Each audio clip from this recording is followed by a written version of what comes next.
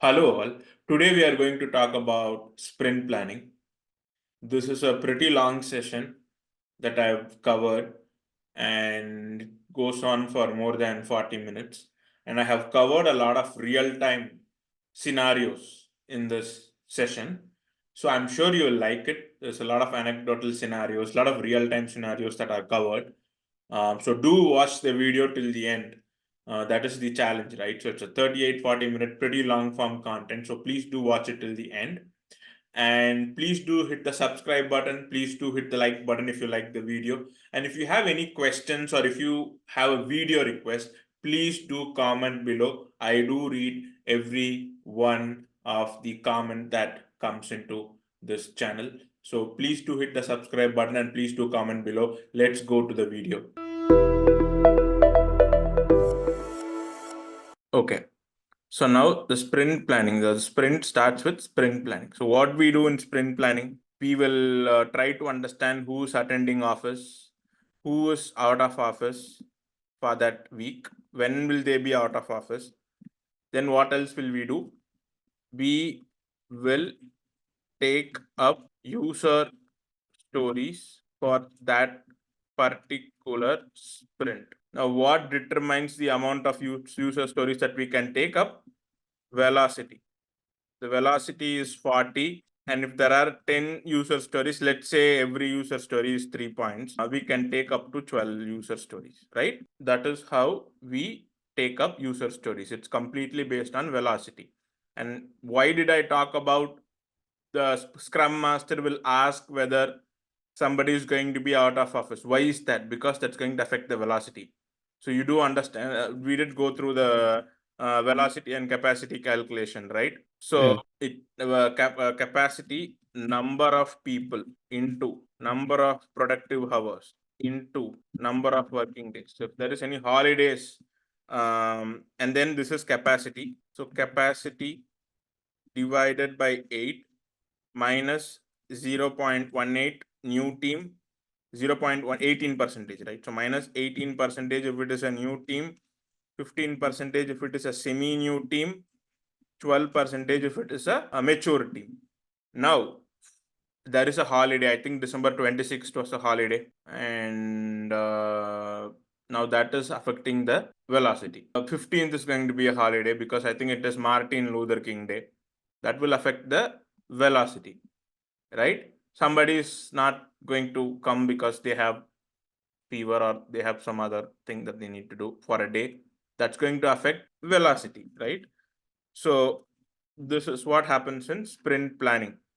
We will try to figure out who's going to come. Who, of course, there will be somebody who doesn't want to come on a day. They'll say I'm sick or something. They will genuinely fall sick. Something will happen or something else came up. So this will happen every now and then. But again, we are trying to figure out all the things that are under our control. So sprint planning, then what will happen? So sprint planning, so then I'll come up with this box, a hexagon. So that it's going to be a series of hexagons, but let me put something else, right? So let me use this. Then comes daily scrum. Okay. So what happens in daily scrum? Daily scrum, it will happen every day. How long? It will happen for 2 weeks. Okay.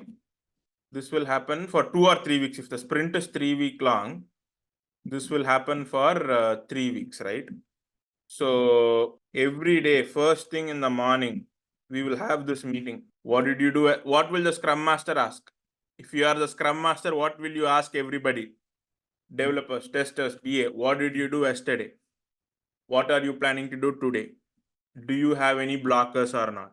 Okay. If they have any blockers or any questions, there's going to be I'll just put 2 people like this. There's 2 people talking. So this is going to be a parking lot session. Okay, parking lot session. So what is a parking lot session? 15 minutes. Daily scrum is time locked to 15 minutes.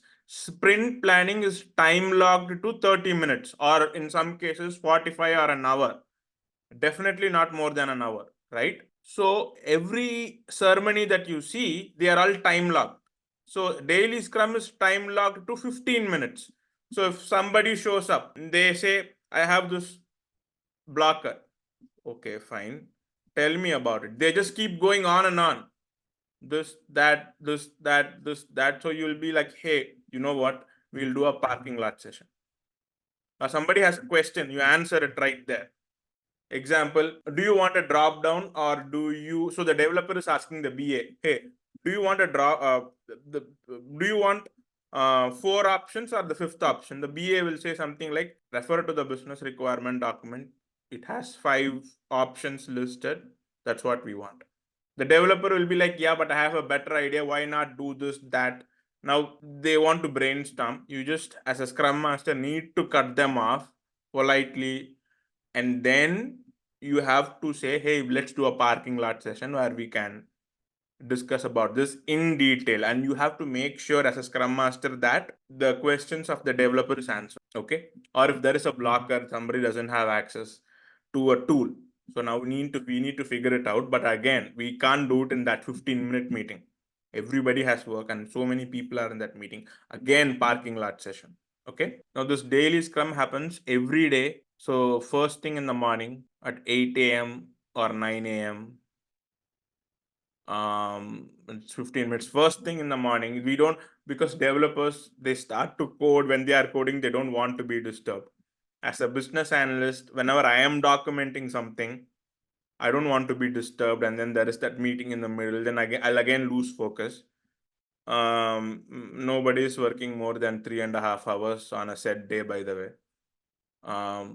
But yeah, so that is the reason why we have this meeting at 8 a.m. in the morning or 8:30 a.m. in the morning. I would not schedule it any later than 8:30, because that is another way. Because if you schedule it at 9, that's when people will log in. I would want, as a scrum master, I will want people to log in earlier, 8:30ish or 8 a.m. Because trust me, nobody is going to work beyond 5 p.m. Again, this varies based on the country. At least in North America, I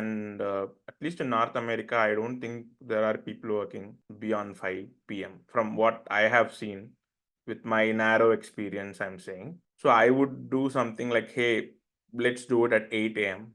because 12 to 1 is anyways lunch, and I want everybody to work for 8 hours. So I will say, let's do it from 8 to 8:20. Might take 5 more minutes. I'll time lock it to 8:20. That's it.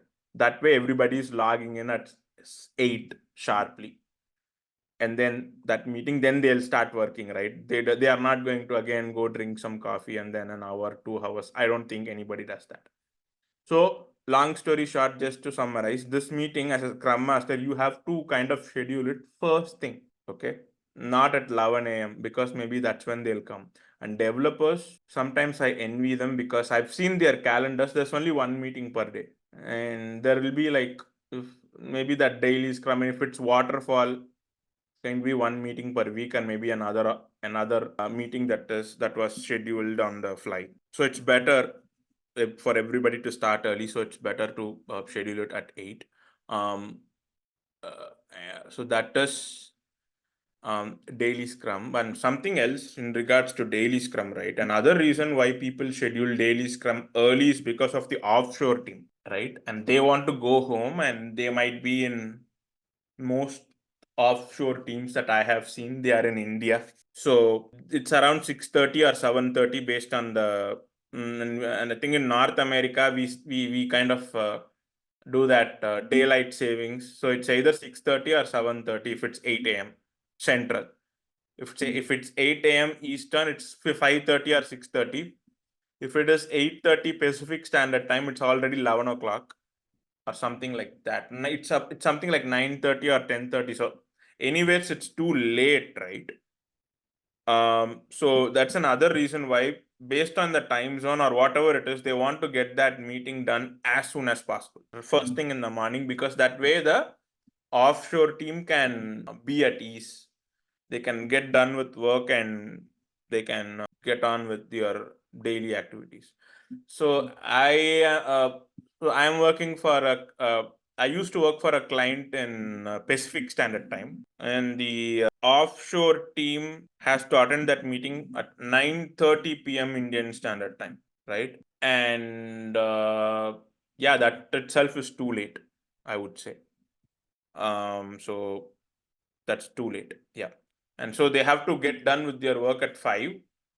And before they go to bed, they have to attend this stand-up, which is like, seriously, I'll not be too happy about it.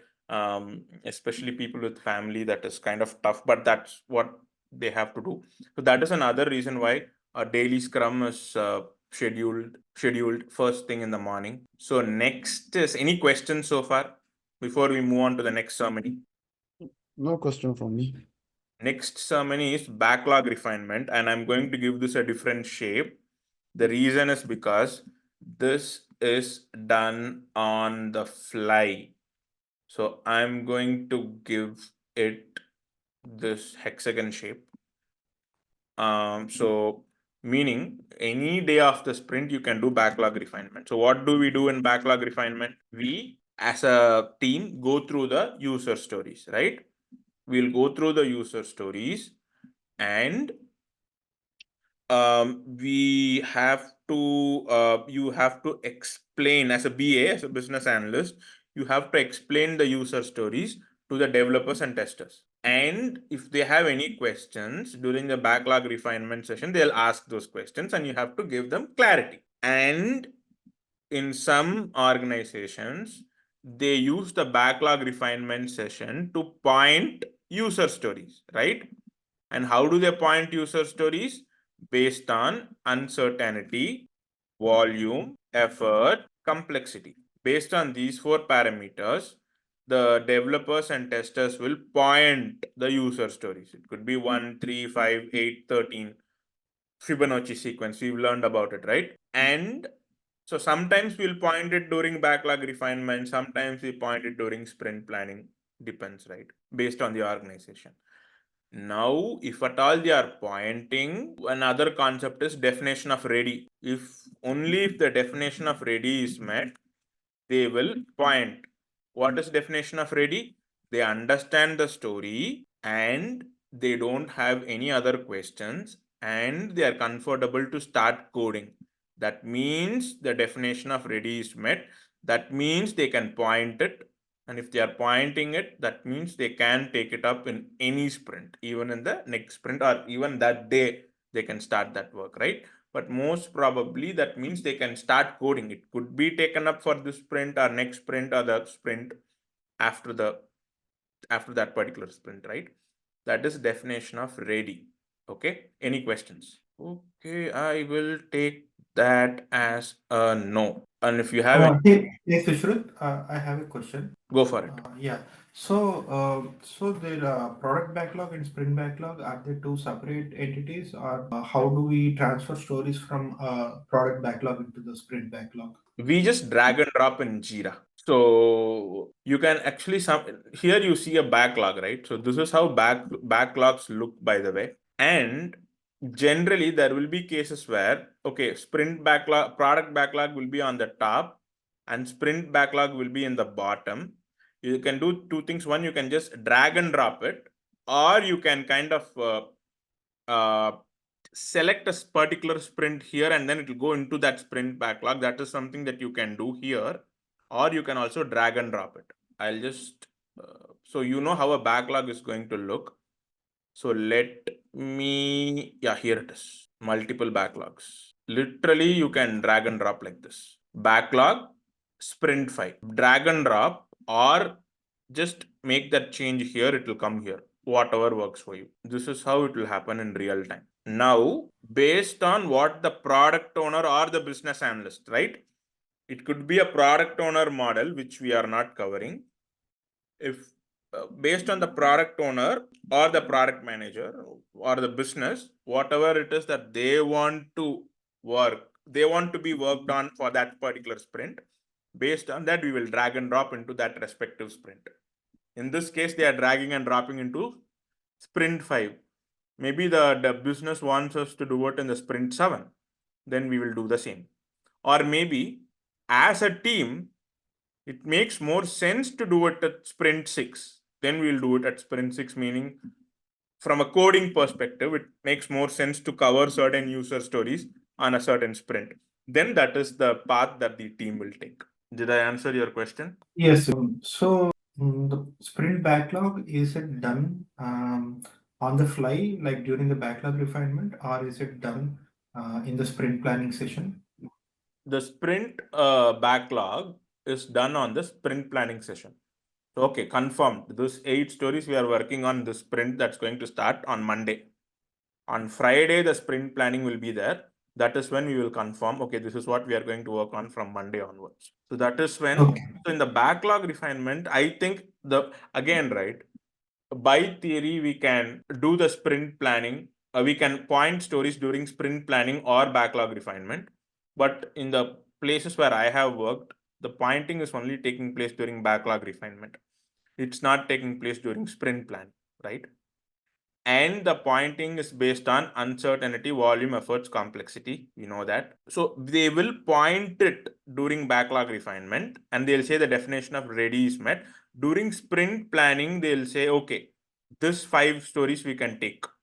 That happens during sprint planning. For sprint 5, which starts on Monday, today is Friday, they'll take up the stories. And from Monday, they'll start working on. That's how the tasks are divided between these 2 ceremonies in real time. Generally, in the clients in the client locations where I have worked. Mostly as a business analyst, we are not actively involved in pointing and No, you will, as a BA, you will not be pointing, but as a BA, you will be driving the backlog refinement session by explaining the requirement to the developers and testers.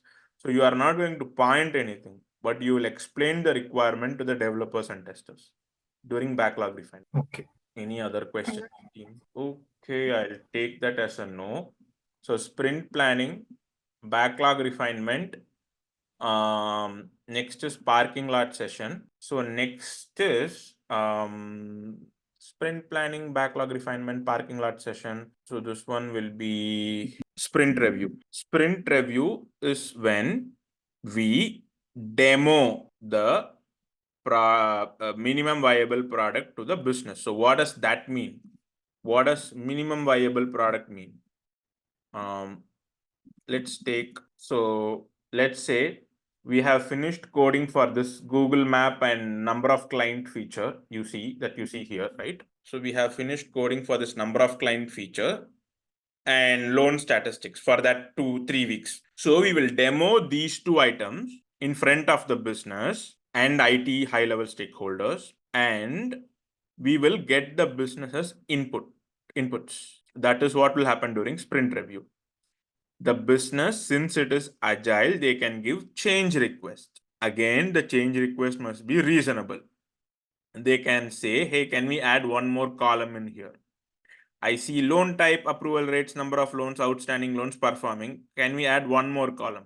Reasonable change request, which we will do in the upcoming sprint. Hey, you know what? Let's scrape off this feature. Let's build another feature which has got absolutely nothing to do with this feature, but then the project's timeline must not change, right? Now that is an unreasonable change request. We will not take it up as a part of as a part of agile framework. Even this, again, we will not take it up unless we get the budget, because 3 weeks of work, which is almost a month, by the way, 2 or 3 weeks of work, you just scrape it off, and then you want to give another requirement in the place of that. Now that is, you need to pay people for another 3 weeks to do that work. Nobody can work more than 8 hours, right? So that is an unreasonable change request. Generally teams reject it. Okay, generally teams they don't take it up, or they escalate it. They express their inconvenience, the IT team, the project manager, right? But again, maybe you are a small implementation partner, then you will make all the poor developers, you will push them, you do this, you do this, you do this, and then they'll try and get and extract the work out of developers and testers. Unfortunately, this will also happen. So that is why, as a BA, now this applies to all the staffs, but as a business analyst, so once you go and settle and you worked there for 7 or 8 months, when they do all this circus, now the project manager wants to look good. And people who put in the actual work, nobody knows their name, by the way. Okay, to be very honest, nobody will ever know the project manager's name too. But anyways, at least he or she will get some kind of appreciation, at least, if not a promotion, or maybe he might be able to acquire another project, and that way he or she might get some kind of he might get some kind of promotion or bonus or whatever it is. But then, as a BA, as a business analyst, after working for a firm for 7 or 8 months, when they are unreasonably pushing work into your plate, I would recommend trying to put a stop to it somehow in a polite manner. Because now, look, okay, fine, you want to get a good name for yourself, and so you take up that work. But the problem is, you might not be able to make up for the quality, right? The quality of the documentation might not be equal to you documenting it by just working 8 hours a day. So maybe you are compromising on the quality. So you should never compromise on the quality of work that you deliver. The quality of user stories that you deliver, never compromise on that. So if you do compromise on that, that again backfires. So if you are submitting some kind of work, if you are working and if you are documenting something as a BA, make sure the quality is not compromised. So even if you are working more, and maybe in some places the quality is compromised, they will say this person is not submitting quality work, as opposed to, hey, he worked 4 hours extra, right? In most number of cases, again, I'm not generalizing anything, in most number of cases, they are not going to even notice that you worked 4 hours extra and you're still charging for 8 hours. Nobody will notice that. And you maybe somewhere you made a mistake, they'll try to highlight that mistake only. So it's better to work 8 hours. Of course, your actual productive hours will be somewhere around 3.5 if you're really working hard, and sometimes less than that. And you keep delivering quality work.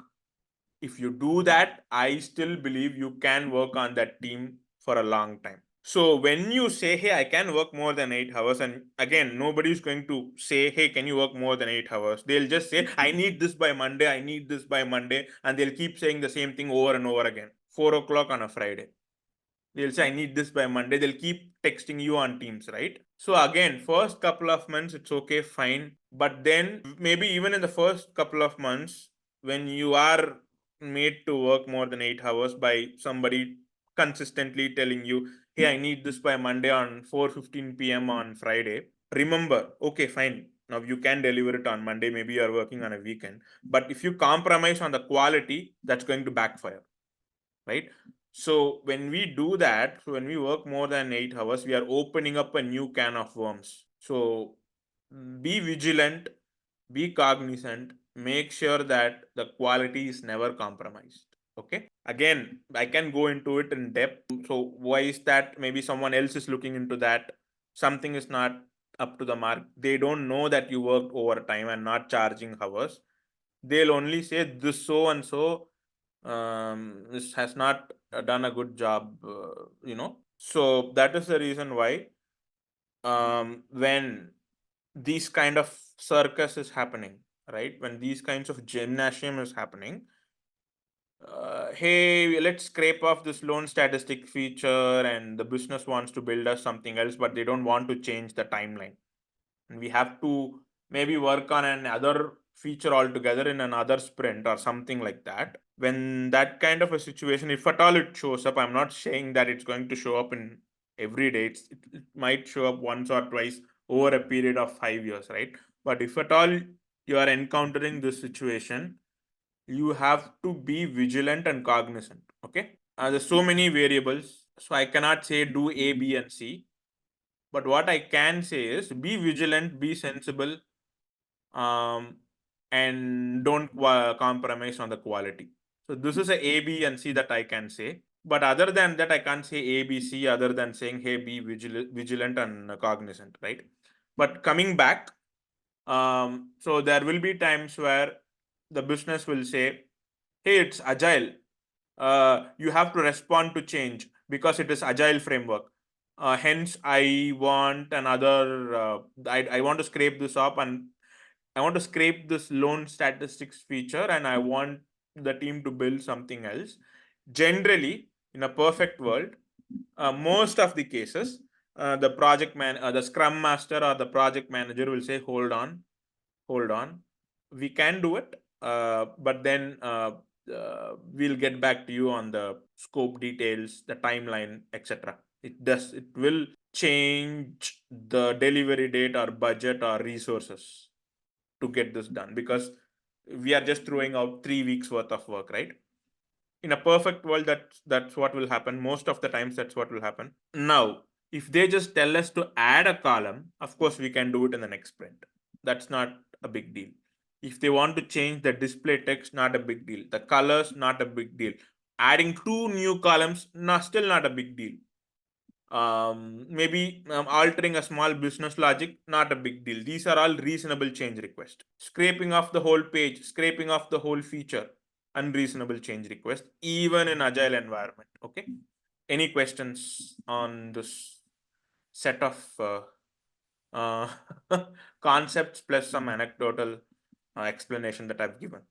Any questions? So, who takes the call to say to the business whether we can accept the change request or not? Is it BA or the Scrum Master? The BA doesn't get to decide. The Scrum Master would simply note whatever it is that the business is saying. The BAs, as a BA, your role will be to understand the ask. That's it. You don't have to give a decision. What is it that they want you to do? Do they want your team to add a column, take off the new feature, and build something else? What is it that they exactly want? Note it down. And when somebody is going to ask you, have expertise on that, right? Again, you don't have to do everything in that sprint review itself. You can have 50% understanding in that sprint review, then touch base and get another 50% understanding. No problem. But if at all you're asked, you have to be able to articulate that. When it comes to the decision of whether we have to take it in or not, will come from the project manager. Okay. Now it's for the project manager to decide whether we can take it in, or we have to say this is going to alter the budget or timeline or scope. That is for them to decide. So you don't have to worry about it as a scrum master or as a BA. So for Now again, if you are the project manager, sometimes you have to wear the scrum master hat. Sometimes scrum master is a separate designation. So if you are just the scrum master, it's not your job. It's the so long story short, that's the decision is the project manager's job. So for any sort of change request, whether it is a small one or a completely big one, for anything, project manager No, decides whether. the small ones they'll take it up. But we still need to consult with the technical team, right? Like Of course, we will legally. consult with everybody and it will be a team decision, but small change requests will be taken up. Bigger ones will be the decision will be from project manager. So basically, the business analyst takes the change requirement and the requirement as a change request, and the team decides, and project manager says whether to go with it or not based on the magnitude of the change. Any other questions? Yeah, I just have one. Yes. The thing is, here in Power BI, you're just showing the dashboard, and in case if any change request during the sprint review, they may tell actually here in this, we can easily say that they want to add a separate column. Okay. But in actual world, in the banking systems, there will be several systems which has interfaces between them. Yes. So in those cases, how sprint review will happen? Like whether they do demo in front of the business? Yeah, mostly it will be demo. In banking, it will mostly be the project will go very fast. I've worked for banks in the past. So mostly I would say this entire page they'll build it in 2 sprints max, or maybe in 1 sprint, or I would say 2 sprints, right? So they'll demo whatever it is that they have constructed, they'll demo.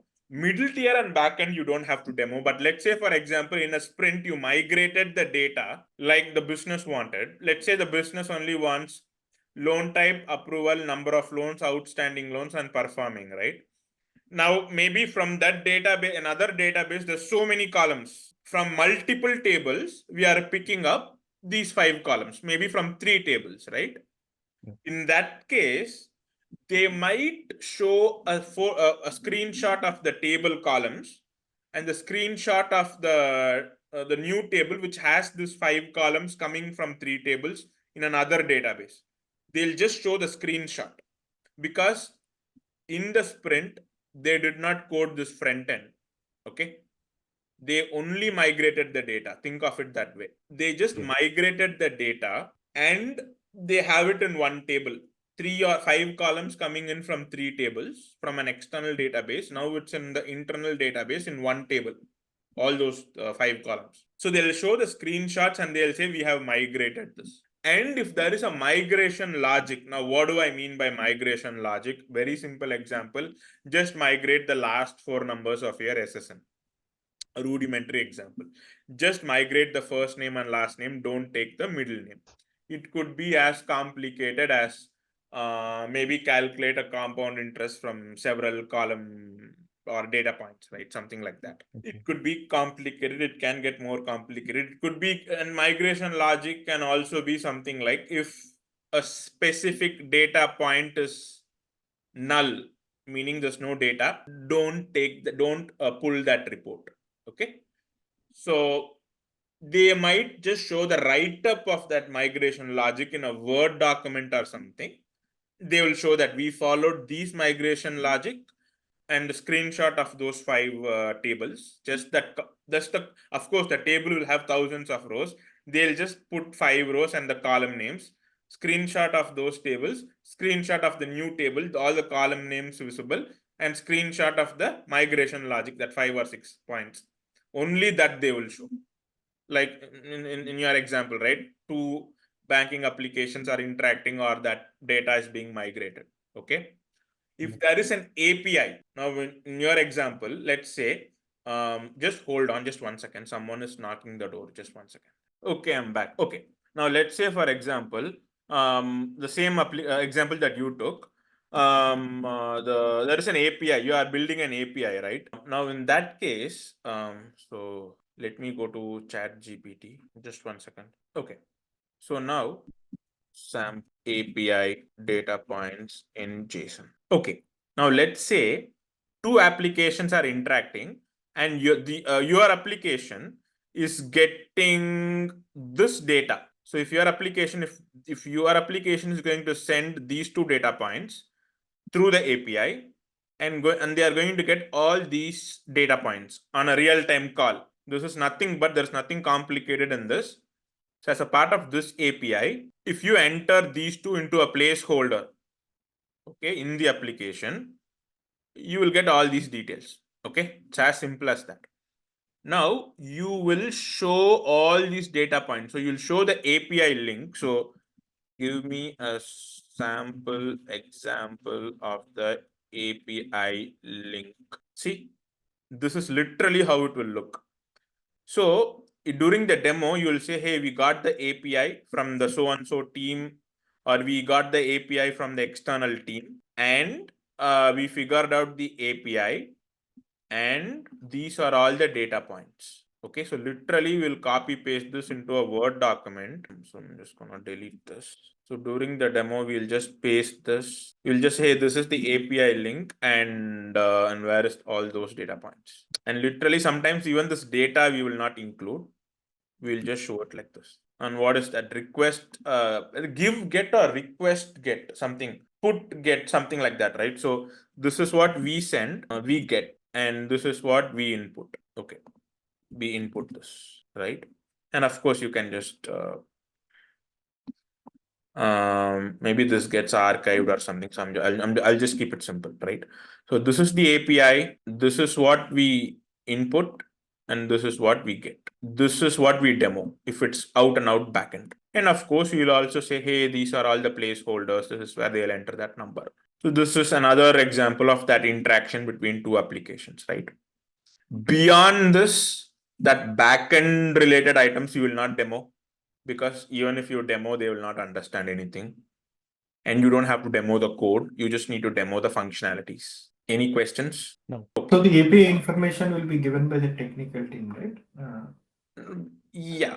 look, the API information might be given by an external team because you are using their API. So you are working with application A, some other, you are getting the data from maybe another organization B, so team B.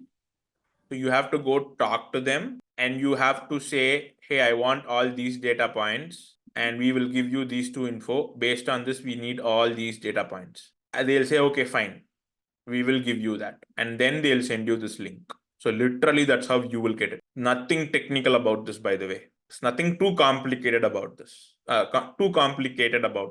Correct? Simple. You go, you ask for the API link. We will cover about this.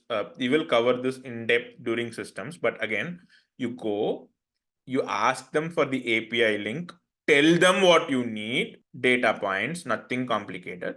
They will give you the link. They'll make sure all these data points are coming based on the input that's given. Simple. But again, now we are going into this example. But did you understand my explanation? Yes. Okay. So don't worry about it. You will not be doing anything technical. I can attest. You will not be made to code. But again, you should be able to understand systems. That's very important, but that's a detailed discussion for another day.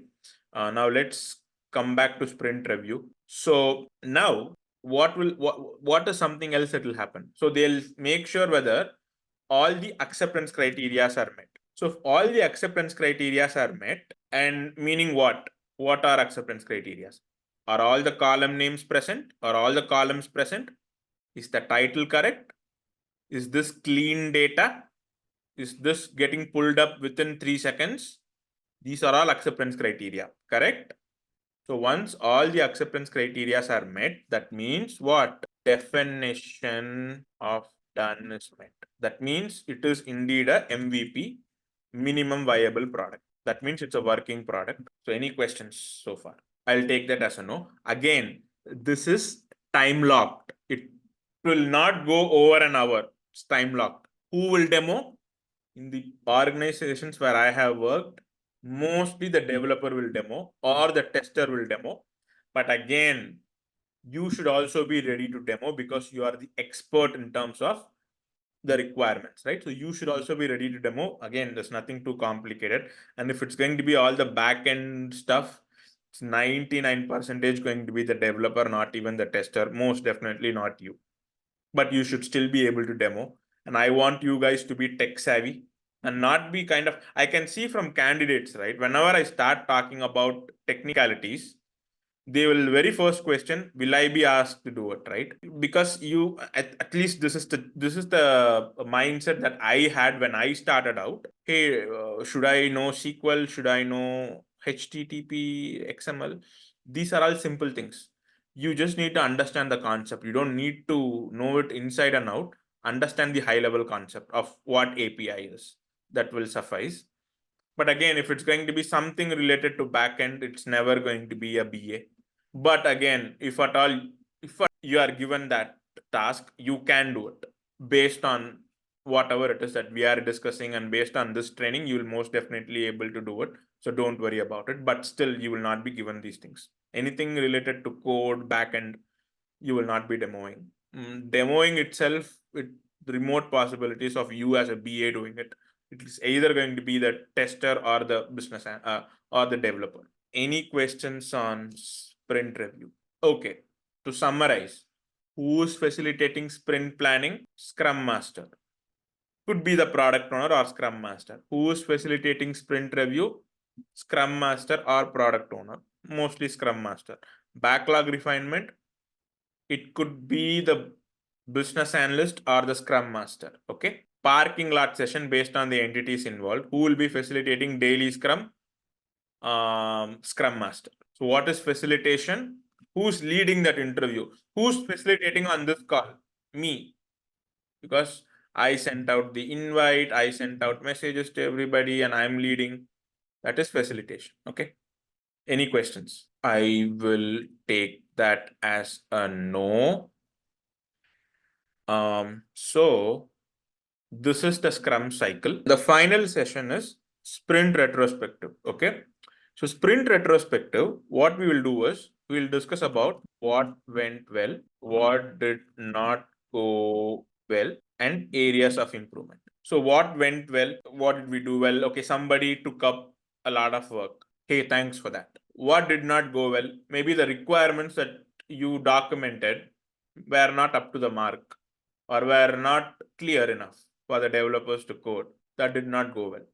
Maybe in the middle of the sprint, the project manager got really smart and he went and said, hey, I want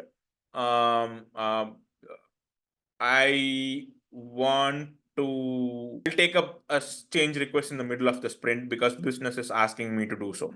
I will ask them to add 2 more columns, but by then we've spent 1 week of our sprint. So the developers had to kind of work really hard and get those 2 columns in on time.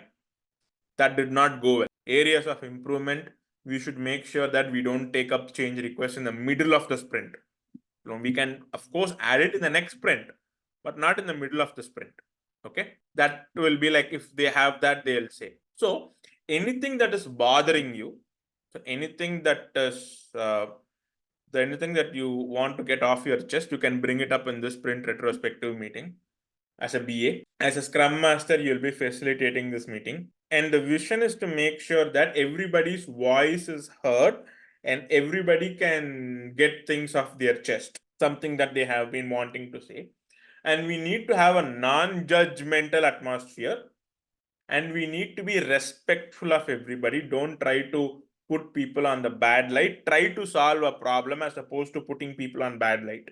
Example, Jason is not coming to meetings on time. That needs to be resolved. Or I've seen this comment. The product owner does not know anything. She needs to be coached, unquote. That is something that you do not want to say in a retrospective meeting. You could say something like, the requirements need to have more clarity.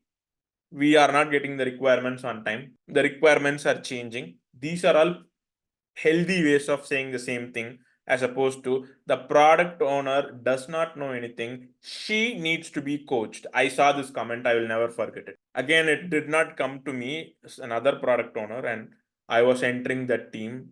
And then I saw this comment and I was like, okay, the next couple of months is going to be cool and it's going to be great because it's starting off like this. And something that I have entered myself, I've said something to the effect of, we need to be respectful of each other. I don't see respect. Respect is an important limb of Agile or something, right? And when the Scrum Master read that comment out, there was a lot of cringe going around the team. But I really wanted to say it, so I was like, hey, I'm going to say it because everybody is giving me a hard time. Again, try to avoid it. At that point of time, I was frustrated. I just said it. But you should avoid it. You should not be saying these things. Especially if you are a contractor, understand that you are a second-class citizen. Okay? They will say things like, everybody is equal, everybody, we love everybody, we do this, we do that. But trust me, contractors, at the end of the day, you are a plumber. Okay, meaning if my the tap is leaking, I want somebody to come and fix my faucet or tap. So I called in a plumber. The plumber is not doing his or her job properly. I want another plumber. I want my faucet to be fixed. I don't care about it's hard, it's easy, etc., etc. But if it's an employee, I'll treat an employee differently, because if I fire the employee, I need to pay severance. Employee is not getting paid as much as the contractor is getting paid. Contractors are getting paid more. That's why they charge money on a hourly basis. Contractors are there for a reason. There is a project, we need a contractor. Employees are not like that. Okay. So especially if you are a contractor, you just make sure that you are mindful of what you say, because we don't want you to be in the middle of a daily Scrum meeting and then you are asking, as a Scrum Master, you are asking everybody, hey, what did you do yesterday, today? And then in the middle of the meeting, you don't have any access, and then next thing you know, you don't have a job. So you don't want that to happen, right? So this is how they'll take contractors off projects. So especially if you are a contractor, if you go into a sprint retrospective meeting, be careful. Again, say what you want to say, but be cognizant of your contractor status. If you are an employee, again, be respectful, be cognizant of what you say. Again, even as an employee, make sure you are respectful of the comments that you give. You have to go work with that person the next week. So let's not say something too smart, and let's not say something that will make people frustrated and they want to keep it in their heart and get back to you. We don't want that to happen. I've made that mistake. I would recommend don't make the mistake that I made in the past. So yeah, that is sprint retrospective. Very simple meeting, very friendly meeting, it feels like a safe space, but everything that you see, people are watching. But again, having said everything, if you have something that's bothering you, still convey it, especially for a period of time, right? What is another thing as a BA that you can convey in this sprint retrospective meeting? For a period of time, 4:15 on a Friday, I want this Monday first thing, I want this Monday first thing. That happens for 3 months. And you try to endure that pain and resist and tolerate that pain for 3 or 4 months. Now, this is a good place to say it. Hey, you know what? If there is a new task coming in, I don't want to be notified on a Friday at 4:15. I want some time and I want to give my estimate for that work. If it's a 3-day work, I'll say 3 days. But I don't want to get some work 4 o'clock on a Friday. I want it first thing on Monday. I want it first thing on Monday. I don't want that to happen. If it's again, now you're saying it not because it happened to you for the first time. You've tried to endure that for months and months. And now, even as a contractor, you can talk about it. There is a limit for everything. So be cognizant, vigilant, smart, sensitive, sensible.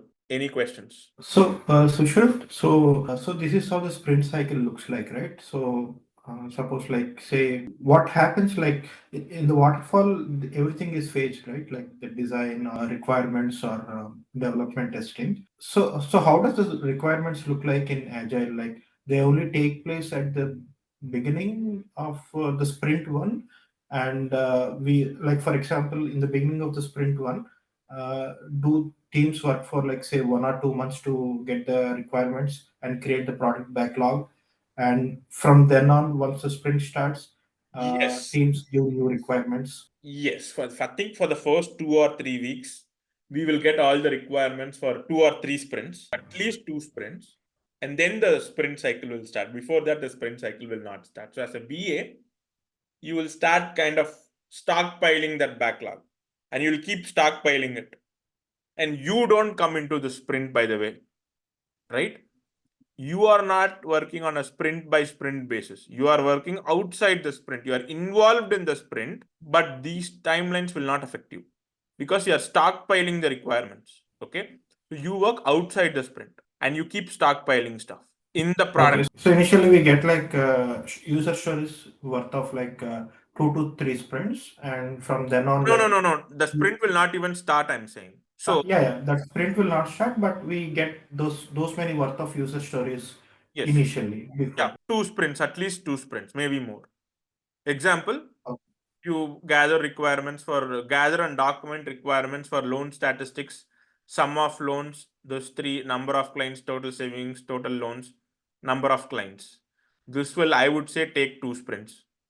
You'll gather everything, get the requirements approved, or some kind of a comment saying, hey, this is approved by the business on Jira. And then the sprint will start on a Monday. So Timeline for the in business analyst to gather the requirements?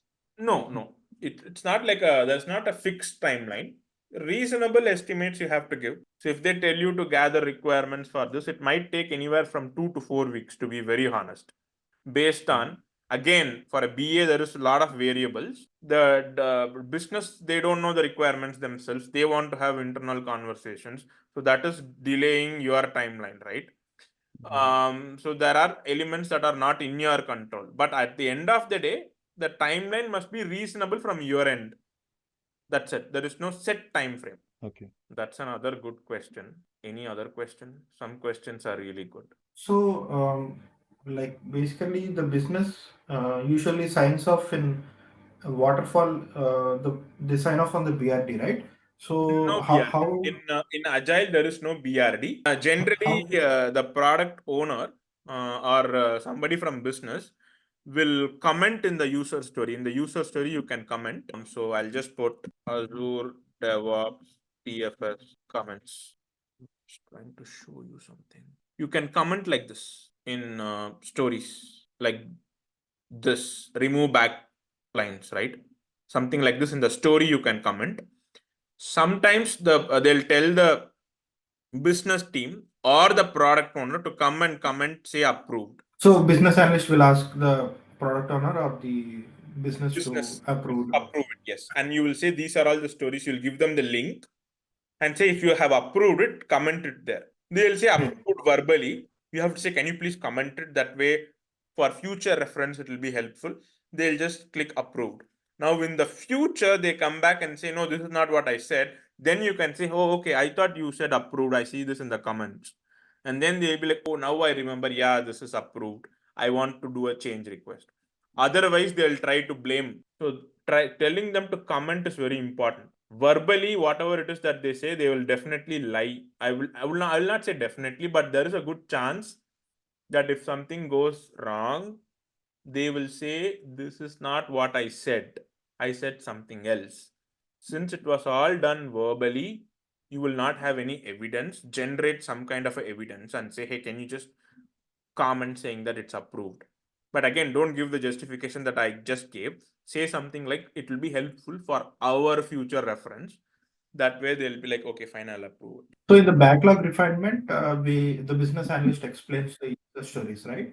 So do the technical team also give some sort of like sign off on the user stories, or they just like verbally accept to take those user stories? The technical team will sign off on the design, and the technical team will say whether we need to do a drop down or a radio button that says 2013. I think it might say more things. Yeah. Now, whether this is a drop down or a radio button or a scroll bar. Now, this drop down decision is coming from the development team, right? This drop down decision. The options in the drop down is coming from the business. So the options are approved by business. The drop down is approved by technical team. In a perfect world, in some cases, the business will still try to say, hey, can we have a checkbox or a radio button? Now, this is a radio button because it's on and off. I can only select one option. If it is a checkbox, I can select data from 13, 12, 11, 10, leave out 2009. So you guys know the difference between a radio button and a checkbox, right? Now, this decision is coming from, now this radio button decision is coming from the development team. But again, so that's where design and that's how design and requirements are different. Sometimes the business will kind of request the technical team to follow a certain design. Example, can we do a checkbox instead of a radio button? That case, the technical team will be like, okay, that makes sense, we'll do it. That is something that will happen. But for general purpose, design, technical team, requirements, business. Got it. So basically, they'll not do any. I mean, they'll sign off only on the technical Yes. design. Yes. When Is they it say also- done is met, when they say the definition of ready is met, that is their sign off. Okay, okay. Where is the definition of ready? Did I say definition of ready? Here it is. So when they say definition of ready is met during the backlog refinement session, that is their sign off. This is the requirement. This is the design. I can code. That is their sign off. So they are signing off on the requirements and the design at the same time. Okay, got it. So the spikes are also allotted during the backlog refinement, right? Correct. If Now spikes are explained. Spikes come into picture a certain way. You draft generally you draft a user story for this feature. In order to build this, there is something that's complicated. Maybe the data is not clean.